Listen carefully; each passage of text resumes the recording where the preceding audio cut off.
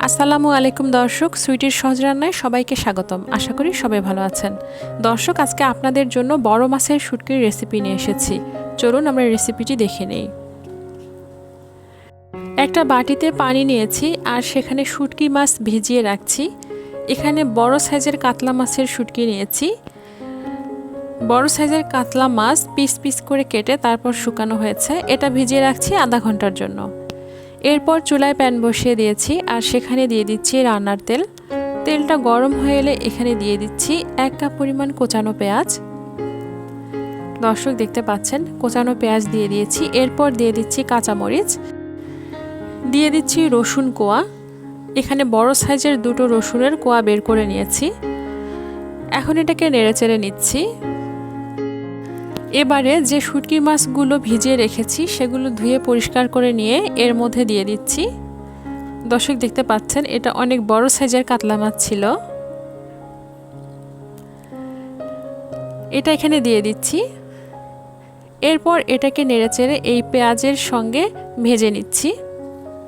পেঁয়াজ, মরিচ, রসুন এগুলো সবগুলোই ব্রাউন কালার হয়ে আসা পর্যন্ত এটাকে নেড়েচেড়ে ভেজে নিতে হবে।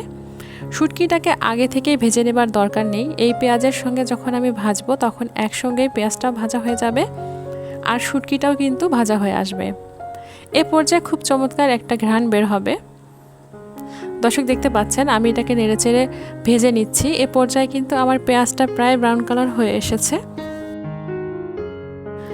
এ পর্যায়ে এর মধ্যে দিয়ে দিচ্ছি স্বাদমতো লবণ, দিয়ে দিচ্ছি হাফ চা চামচ হলুদ গুঁড়া, হাফ চা চামচ জিরা গুঁড়া।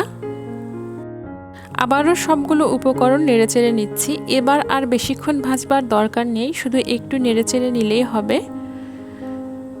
দর্শক দেখতে পাচ্ছেন এখন এর মধ্যে অ্যাড করে দিচ্ছি পানি। এখানে আমি 1 কাপ পরিমাণ পানি দিয়ে দিচ্ছি। পানি দেবার পর এটাকে নেড়েচেড়ে নিচ্ছি। দর্শক, যখন আমি মাছটা ভিজিয়ে রেখেছি তখন কিন্তু অনেকটা নরম হয়ে গেছে।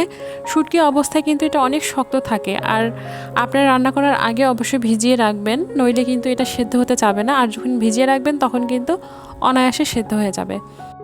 এটাকে ঢেকে দিয়ে কিছুক্ষণ জাল করে নিয়েছি। তারপর দেখতে পাচ্ছেন পানিটা কমে এসেছে। এখন এটাকে একটুখানি নেড়েচেড়ে উল্টে দিয়ে জাল করে নিচ্ছি। তারপর এর মধ্যে দিয়ে দিচ্ছি আলু। এখানে একটি বড় সাইজের আলু কুচি কুচি করে কেটে নিয়েছি, সেটা এখানে দিয়ে দিলাম। আর দিয়ে দিচ্ছি 1 কাপ পরিমাণ কোচানো ধনিয়া পাতা। এখন সবগুলো উপকরণ আস্তে আস্তে এর মধ্যে কষিয়ে নিচ্ছি। শুটকির মধ্যেই যে পানিটা রয়ে গিয়েছিল সেটুকুর মধ্যেই এখন এই সবগুলো উপকরণ কষানো হয়ে যাবে।